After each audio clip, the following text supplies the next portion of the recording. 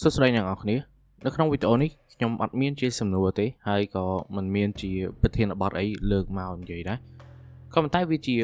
គំនិតមួយដែលខ្ញុំមានក្រោយពេលដែលធ្វើប្រវត្តិរបស់លាវប៉ៃមុនពេលដែលលាវប៉ៃស្លាប់គាត់បានសរសេរចេញជារាជសារចេញជាសម្បត្តិសម្រាប់កូនគាត់ហ្នឹងនៅក្នុងហ្នឹងគាត់និយាយថាខ្លួនគាត់រស់ដល់អាយុ60ឆ្នាំហើយគាត់គ្មានអីត្រូវស្ដាយក្រោយទៀតទេនៅត្រង់កន្លែងនេះគឺសំដៅទៅលើអាយុស្លាប់របស់មនុស្សដែលកើតក្នុងជំនាន់សង្គ្រាមនៅក្នុងសម័យសាមកុកនេះអ្នកដែលរស់នៅអាយុវែងមានមិនសូវច្រើនទេលាវប៉ៃក៏ចាត់ទុកថាគាត់រស់នៅបានយូរដែរទោះបីជាគាត់ឆ្លងកាត់សង្គ្រាមពិបាកច្រើនក៏ដោយហើយវានឹងស្លាប់ច្រើនដងទៀតខ្ញុំយកកន្លែងសម្ដីរបស់លាវប៉ៃនេះមកគិតហើយខ្ញុំគិតថាគាត់និយាយត្រូវដោយសារតែ60ឆ្នាំនេះទោះបីជានៅក្នុងជំនាន់សង្គ្រាមឬក៏ជំនាន់បច្ចុប្បន្នក៏ដោយក៏នៅតែជាក៏អាចរាប់ថាជាអាយុវែងដែរបើមិនយើងអាចរស់បានលើសហ្នឹងទៀតហ្នឹងក៏វាល្អទៅតាមហ្នឹងក៏ប៉ុន្តែខ្ញុំគិតថា60ឆ្នាំនេះវាល្អវាអាចជាគោលដៅមួយដែលយើងធ្វើយ៉ាងណាព្យាយាមរស់ឲ្យដល់អាយុប៉ុណ្ណឹងយើងមិនអាចកំណត់អាយុខ្លួនឯងបានមែនក៏ប៉ុន្តែយើងមានវិធីមួយចំនួនដែលអាចជួយយើងបានហើយយើងដឹងហើយថាវាតាក់ទងជាមួយនឹងសុខភាពតាក់ទងជាមួយនឹងការប្រយ័ត្នប្រយែងហើយក្រៅពីហ្នឹងគឺយើងមិនអាចគ្រប់គ្រងបានទេខ្ញុំយកកន្លែងនេះមកគិតចោះគិតឡើងពីព្រោះឥឡូវនេះខ្ញុំវាអាយុ30ហើយអញ្ចឹងវាពាក់កណ្ដាល60នៅសល់ពាក់កណ្ដាលទៀតតើគួរធ្វើអីគេដើម្បីដែលដល់ពេលត្រឹមអាយុ60ហ្នឹងយើងអាចមិនស្ដាយក្រោយដូចជាលាវប៉ៃអញ្ចឹងប្រហែលអាទិត្យមកនេះខ្ញុំទទួលដំណឹងតាក់ទងជាមួយនឹងសាច់ញាតិហើយនឹងអ្នកដែលស្គាល់គ្នាគាត់កើតបញ្ហាជំងឺមហារីកពីរនាក់អញ្ចឹងវាធ្វើឲ្យខ្ញុំភ័យដែរដោយសារតែ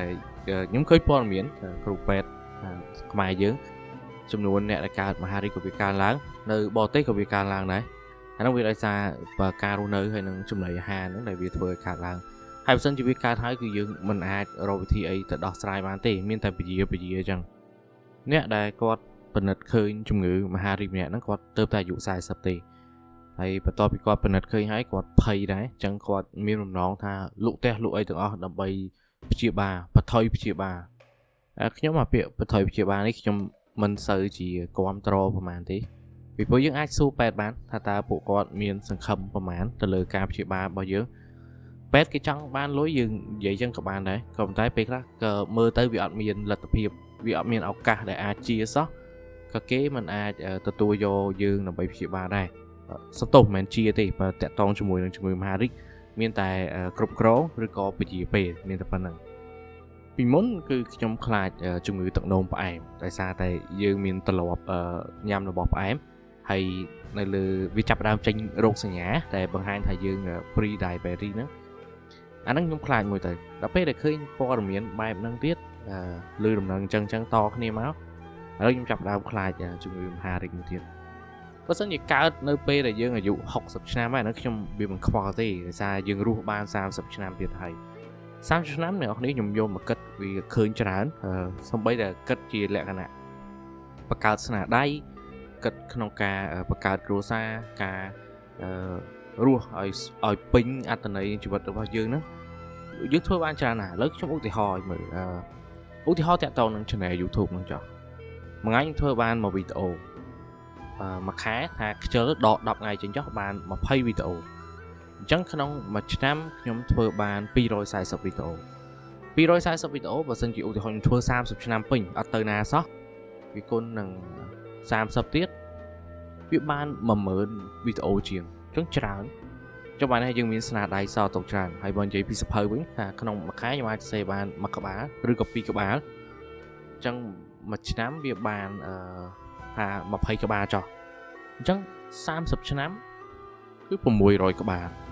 ហើយសម្រាប់អ្នកនិពន្ធម្នាក់មានស្នាដៃ600ក្បាលអាហ្នឹងវាច្រើនមែនតើហ្មង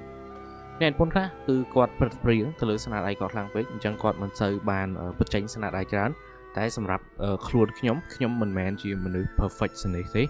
ហើយខ្ញុំយល់ថាទោះបីជាប្រឹងយ៉ាងណាក៏វានៅតែមានកំហុសដែរអញ្ចឹងខ្ញុំធ្វើទៅតាមសមត្ថភាពដែលខ្ញុំអាចមើលឃើញកំហុសហ្នឹងឲ្យតែបាន 80% គឺខ្ញុំទៅហើយអានេះគឺជាគោលការណ៍ដែលខ្ញុំធ្វើការពីមុនមកគឺខ្ញុំអត់ចាំតតែគ្រប់ 100% បានហ៊ានបញ្ចេញឲ្យគេអានទេ Chẳng trong cái cách trút mà này án thà không sao sụt năm việc ai thưa ấy bạn khác hay khơi thà vì miền tràn hay xong bây giờ ca chân ai pe cho mùi cua xa nó có biết ban tràn này thà mà không mà tất dương từ cài đà liền bị đòn rồi hay chân ai pe bị đó chẳng không mà khá dương bàn cùng bảy đó không mà chỉ nắm việc bàn phải sập đó phải buồn phải sập bảy đó chẳng bị tràn và con ta cứ bị tràn mình tệ hay để xa tệ ở đây níខ្ញុំអត់មានទៅធ្វើការពេញម៉ោងទេអញ្ចឹងខ្ញុំមានពេលសម្រាប់ខ្លួនឯងសម្រាប់ធ្វើកិច្ចការផ្ទាល់ខ្លួននឹងពេញលេញដល់ពេលអញ្ចឹងខ្ញុំគិតឡើងវិញពីសម្ដីរបស់លាវប៉ៃនេះគឺគាត់និយាយត្រូវគាត់និយាយសម្រាប់ខ្លួនគាត់ទេអ្វីដែលគាត់និយាយទាំងអស់គឺខ្លួនគាត់ដែលធ្វើសង្គ្រាមប៉ុន្តែខ្ញុំយកមកដាក់នៅលើជីវិតយើងបច្ចុប្បន្ននេះក៏វាដូចគ្នាដែរធ្វើយ៉ាងណាក៏ដោយឲ្យតែយើងរស់ដល់អាយុ60ឆ្នាំយើងអត់មានការស្ដាយក្រោយទៀតទេអ្នកនរគ្នាអានេះគឺជាវិធីមួយដែរមិនមែនថាយើងរស់រំពឹងតែថ្ងៃស្លាប់ទេក៏តែយើងរាប់